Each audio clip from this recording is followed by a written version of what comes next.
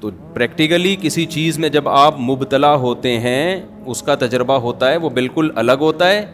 اور کتاب پڑھ لینا بالکل ایک کتاب بھی ضروری ہے, لیکن عملی طور پر میں بھی عمرہ کرنے گیا, میں الحمدللہ اللہ نے بہت دفعہ عمرے کی توفیق دی ہے, مجھے یاد نہیں کتنے عمرے کیے. اب جب میں گیا ہوں نا تو پھر میں بھول گیا طواف میں رمل طواف میں کرنا ہوتا ہے یا حج میں بھی کرنا, صرف حج ہی میں ہوتا ہے. حالانکہ جب بھی آپ عمرے کا طواف کرتے ہیں نا, سفر سے آتے ہیں تو پہلے چکر میں 3 چکروں میں رمل کرنا پڑتا ہے. میں بھول گیا, کئی دفعہ عمرے کر چکا ہوں میں. اب میں پریشان کہ یار وہ بھول ہی گیا. پھر اجتباع 3 چکروں میں کرنا ہے یا 7 چکر میں, وہ نہیں جو دائیں کندھا خالی رکھتے. پھر میں نے تحقیق کی دوبارہ. اب کوئی مجھے دیکھ رہا تھا, کہتا ہے یار اس مولوی کو دیکھو اتنی دفعہ عمرے کر چکا ہے اور اب کیا کر رہا ہے, دوبارہ عمرے کے مسائل سیکھ رہا ہے. تو کئی بار ایک کام کرتے کرتے انسان اس میں ایکسپرٹ ہوتا ہے. یہ جو مفتیان کرام ہوتے ہیں نا, یہ ایسا نہیں ہوتا کہ پہلی دفعہ کوئی طلاق کا مسئلہ لکھ کے دے رہے ہوتے ہیں. ان کے پاس 20 سال 30 سال نکاح کے مسائل, وراثت کے مسائل, خرید و فروخت کے مسائل, طلاق کے مسائل, آپس کے حقوق کے مسائل, ریاستی قوانین, یہ لکھ لکھ کے ان کے بال جب سفید ہو جاتے ہیں نا, پھر ان کو بڑوں کی طرف سے ایک ڈگری ملتی ہے کہ اب آپ کیا ہیں, کہ اب آپ مفتی ہیں, اب آپ فتویٰ دے سکتے ہیں. ہمارے ہاں پتھر اٹھاؤ کوئی نہ کوئی اسکالر نکل رہا ہے اور وہ مفتی بنا ہوا ہے, اور جو گمراہی پھیلائی جا رہی ہے اللہ کی پناہ. تو ہر فیلڈ میں ایسا ہی ہے. تو خیر, تو میں مسئلہ بتا کے پھر آج کی تفسیر کی طرف چلتا ہوں. اب دیکھو, آپ نے ایئرپورٹ پہ میں نے بتایا کہ سحری کا وقت ختم ہو گیا تو اب آپ پہ روزہ رکھنا لازم ہے.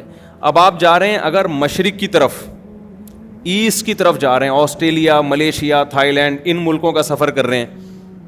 ایسٹ ادھر ہے, ادھر نہیں ہے, ادھر ایسٹ کی طرف, ٹھیک ہے نا. تو ایسا نہ کوئی تھائی لینڈ میں ادھر کی فلائٹ بک کرا لے. تو جب آپ ایسٹ کی طرف جائیں گے نا تو آپ کی موجیں ہو جائیں گی. آپ کی کیا ہو جائیں گی؟ موجیں. کیونکہ سورج ادھر سے نکل رہا ہے اور آپ جا کس کی طرف کو رہے ہیں؟ سورج کی طرف. تو ٹھک ٹھک کر کے نمازیں بھی آئیں گی اور سورج بھی بہت جلدی غروب ہو جائے گا. تو آپ کا روزہ بڑے مزے سے گزر جائے گا. لیکن اگر آپ کو کسی کی خدا نہ خواستہ کوئی لگ گئی ہے, کسی کی کوئی قرضہ ورزہ لیا ہوا تھا آپ نے, کسی نے کوئی دے نہیں رہا آپ, اس نے شاید رات کی تنہائیوں میں اٹھ کے کچھ آپ کے لیے مانگ لیا اللہ سے, تو پھر آپ کی فلائٹ ہوگی مغرب کی طرف, ٹھیک ہے. جہاں جہاں آپ جا رہے ہیں سورج بھی وہیں جا رہا ہے, تو سورج غروب نہیں ہوتا, سورج غروب نہیں ہوتا. پھر اس میں آپ کا روزہ لمبا ہوتا چلا جاتا ہے, لمبا ہوتا چلا جاتا ہے. نمازوں کا ٹائم بھی بہت ملتا ہے, روزہ بھی لمبا, بعض دفعہ 20 گھنٹے کے, 22 گھنٹے کے, 23 گھنٹے کے, 24 گھنٹے کا بھی روزہ ہوتا ہے. تو ایسی صورت میں وہ روزہ آپ کو رکھنا, بولو, پڑے گا. سمجھتے ہیں کہ نہیں سمجھتے؟ وہ توڑنے کی اجازت, ہاں توڑ دیا تو کفارہ نہیں ہے, اس میں توڑ دیا تو کفارہ نہیں ہے, گناہ بھی ہوگا, قضا بھی رکھنی پڑے گی, لیکن کفارہ اس لیے نہیں ہے کہ سفر ہے نا, تو کفارے کے لیے تو کوئی بھی ذرا سا شبہ بھی ہو کفارہ ساقط ہو جاتا ہے. تو توڑنا جائز نہیں ہے. ہاں 2 صورتوں میں توڑنا جائز ہے, موت کا خطرہ ہو جائے یا بیمار ہونے کا.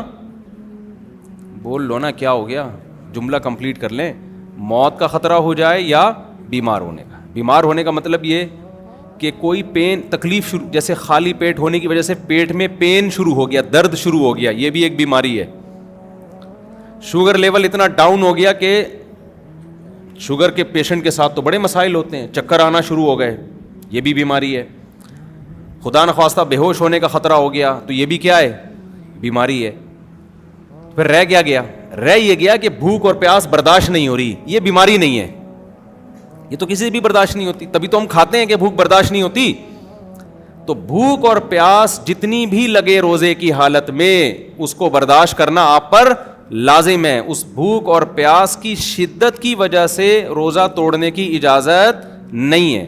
ہاں بیمار ہونے کی, پیٹ میں درد ہو رہا ہے, السر کے پیشنٹ کو بہت زیادہ پین شروع ہو جاتا ہے بھوکا رہنے سے, یا شوگر لیول ڈاؤن ہونا شروع ہو گیا, بے ہوشی کا خطرہ ہے, اس طرح کے جو خطرات ہوں گے, بیمار ہونے کا خطرہ جسے کہتے ہیں, بلڈ پریشر اتنا زیادہ لو ہو گیا کہ ڈاکٹر نے کہا 2 انڈے اس نے نہیں کھائے اگر, تو بعض دفعہ بلڈ پریشر لو ہوتا ہے نا, نمک کھانا پڑتا ہے فوراً, یا انڈے منڈے پھوڑنے پڑتے ہیں یا کوئی ORS وغیرہ پینا پڑتا ہے تو BP لو ہوگا نا, یہ بھی ایک بیماری ہے. تو بیماری میں توڑ سکتا ہے, بھوک کی شدت یا پیاس کی شدت کی وجہ سے نہیں توڑ سکتا, کیونکہ روزہ نام ہے بھوک اور پیاس کے برداشت بولو کرنے کا.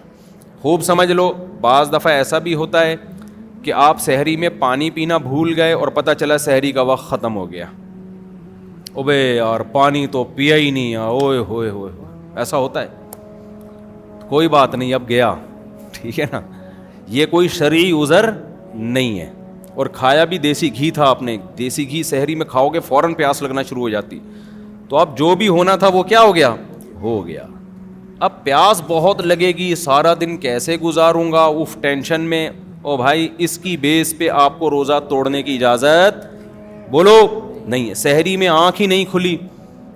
ہمارا ترکی میں کیا حال ہوا, آنسو نکلتے نکلتے رہ گئے, کیونکہ ترکی میں ایک تو شہر ہے استنبول, استنبول میں تو بڑے بڑے ہوٹل ہیں, وہاں آپ جاؤ ترکوں کی ڈشیں, گوشت ملتا ہے آپ کو کھانے میں, کچھ کسی حد تک روٹی بھی مل جاتی ہے, اگرچہ یہ والی روٹیاں نہیں لیکن بہرحال روٹی ٹائپ کی چیزیں ہوتی ہیں, گزارا ہو جاتا ہے. لیکن ہم ترکی میں گئے تھے شام کے بارڈر کی طرف, وہاں ان کا جو کھانا تھا وہ کھانا ہوتا تھا 2 برگر فائبر والے نہیں ہوتے جس میں فائبر چوکر, یہ جو ہم بکریوں کو کھلاتے ہیں نا, ابے بغیر چھنا آٹا جس کو کہتے ہیں وہ والا آٹا, اور وہ بھی گول گول پیڑے 2-3, جو بن نہیں ہوتا صبح بیکری سے جو ملتے ہیں بن, ایک تو وہ بن ہوتا ہے نا میدے کا, وہ میدے والا بن نہیں, عام بن, اور زیتون اور آملیٹ, اور اللہ آپ کا بھلا کرے اس ٹائپ کی چیزیں بس سمجھ لیں. ہمیں چاہیے کھانا بھائی, ہمارے پیٹ میں جب روٹی کا بھاری نوالا جب تک نہ گرے ہمیں تسلی نہیں ہوتی. اور پھر چاول بھی ایسے عجیب سے چاول, وہ یہ چاول ہی نہیں ہے جو خوشبودار چاول ہوتے ہیں, عجیب سے وہ یوں سمجھ, بچوں کو ہپا نہیں کھلاتی مائیں, ہپا کھا لو ہپا, وہ والے چاول. اب ہوا یہ کہ ایک دن آدمی کھائے, 2 دن کھائے, 3 دن کھائے, بھائی پیٹ میں آتے پریشان ہو گئی ہیں, اور پھر رمضان شروع ہونے والا ہے, کیسے گزارا ہوگا. اور میرے ساتھ تھے ہمارے ماشاءاللہ پٹھان سوات کے کوہاٹ کے, اس کو تو چاہیے کوئی بھاری بھرکم نوالا, ہمیں بھی ایسے ہی. اب کیا ہو رہا ہے کہ ہم نے 4 بجے وہی کھایا ان کا نا, وہ عجیب سا بالکل وہ فائبر ہی تھا بس, وہ کولیسٹرول کم کرنے کے علاوہ کوئی کام نہیں کر رہا تھا. وہ 4 بجے کھایا, پھر رات کا کھانا ہم نے کھایا نہیں. ہم نے کہا اب صبح سحری میں ڈٹ کے کھائیں گے. 4 بجے کا بندہ کھایا ہوا, صبح جب سحری ہمارے پاس آئی ہے, پہلا روزہ ترکی میں تھا, پھر ہم وہاں حرم چلے گیا تھا میں, تو جب سحری ہمارے پاس آئی ہے تو وہی 2-3 ڈیزائن رکھے ہوئے تھے ہمارے سامنے. یہ زیتون ہے, یہ شہد لے لیں آپ, یہ پنیر لے لیں, بھائی کھانا دو ہے اللہ کے بندو, کیا چاہیے, حالت خراب ہو رہی ہے یار. پھر چلنا, سردی اتنی شدید, سردی میں تو ایسی بھوک لگتی ہے, اور پھر سارا دن کا روزہ رکھ کے کام کیسے ہوگا. تو میری تو حالت یہ تھی, وہ دیکھ کے نا میرے آنسو نکلتے نکلتے رہ گئے. میرا دل کیا میں پھوٹ پھوٹ کے کہیں جا کے روؤں میں. تو میرا تو پھر بھی تسلی یہ تھی کہ چلو سفر, ابھی حرم شریف جا رہے ہیں, مدینہ منورہ, وہاں جدہ جانا تھا تو وہاں جا کے کھا لیں گے. لیکن ان ساتھیوں پہ بہت ترس آیا, تو وہ میں نے پھر حرم میں 3-4 دن گزارے. وہ وہاں سے مجھے نا افطاری اور سحری کی تصویریں بنا کے بھیجتے رہے کہ مفتی صاحب افطاری میں یہ ہے, سحری میں یہ. بڑی ہمت ان ساتھیوں کی, ابھی بھی وہیں پر ہیں, اللہ تعالیٰ ان کو جزائے خیر دے. تو اس لیے ہمیں جو یہاں کھانے ملے ہوئے ہیں نا, صحت کا بے شک بیڑا غرق کریں, لیکن مزہ بہرحال مزہ آتا ہے یار. نوالا پیٹ میں گرتا ہے, میں نے کہا ہمیں تو پراٹھا چاہیے, کچھ نوالا پیٹ میں گرے, ٹھا کر کے آواز آئے. یہ جو ہم عجیب سی چیزیں کھا رہے ہیں, چوکر فائبر, منہ میں جا کے غائب ہو جاتا ہے. وہ شہد گرے گا پیٹ میں, کیا پتہ چلے گا.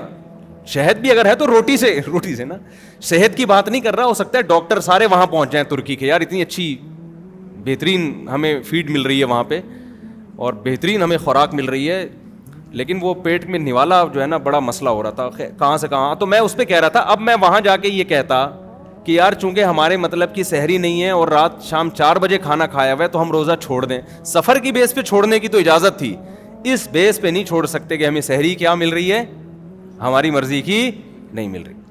تو آپ کی سحری میں آنکھ کھلے یا نہ کھلے, آپ کو روزہ رکھنا پڑے گا. اللہ نے روزے کی چھوٹ صرف 2 لوگوں کو دی ہے, ایک بیمار لوگوں کو اور ایک مسافر لوگوں کو. یہ اہم مسئلہ تھا, موضوع سے ہٹ کے تھا, لیکن بیان کرنا بہت ضروری تھا, کیونکہ میں دیکھ رہا ہوں لوگوں کو, سوسائٹی کو دیکھ رہا ہوں نا, آنکھ نہیں کھلی تو روزہ چھوڑ دو, پانی پینا بھول گئے تو روزہ چھوڑ دو. بھائی یہ گزارنا پڑے گا آپ کو, اللہ نے آپ کو اجازت نہیں دی ہے جو مرضی ہو, فرض ہے, رکن ہے اسلام کا, ورنہ آخرت میں طبیعت سے پھینٹی لگے گی. اللہ کے دین میں یاد رکھو لچک نہیں ہے, آسانی بہت ہے, لچک نہیں ہے. جو آسانی اللہ نے دینی تھی وہ دے دی ہے, اپنی طرف سے مزید آسانیاں آپ کو پیدا کرنے کی اجازت نہیں ہے. اکثر لوگ یہ بات کہتے ہیں اللہ غفور الرحیم ہے, اللہ معاف کر دے گا. یہ بہت خطرناک جملہ ہے. آپ خدا کی نافرمانی کر رہے ہو اور یہ کہہ رہے ہو کہ اللہ کیا ہے, غفور الرحیم ہے. یہ بہت, دیکھو اللہ جب گناہ کی بات کرتا ہے نا کہ گناہ مت کرو, تو جہنم کی وعیدیں سنا کے ڈراتا ہے. وہاں یہ نہیں کہتا کہ میں غفور الرحیم ہوں.